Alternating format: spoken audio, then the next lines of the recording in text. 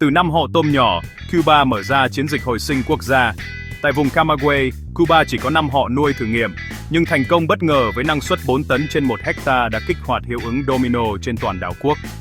Sau 121 ngày, chính phủ Cuba quyết định nhân rộng mô hình, đạt mục tiêu 45 tăn cho nửa cuối năm 2025. Câu chuyện không dừng ở kinh tế, tiếng máy bơm, tiếng cười kỹ sư và người dân vắng khắp các vùng ven biển. Một cuộc cách mạng tôm đang âm thầm thay đổi tương lai Cuba, bắt đầu từ một công nghệ đến từ Việt Nam.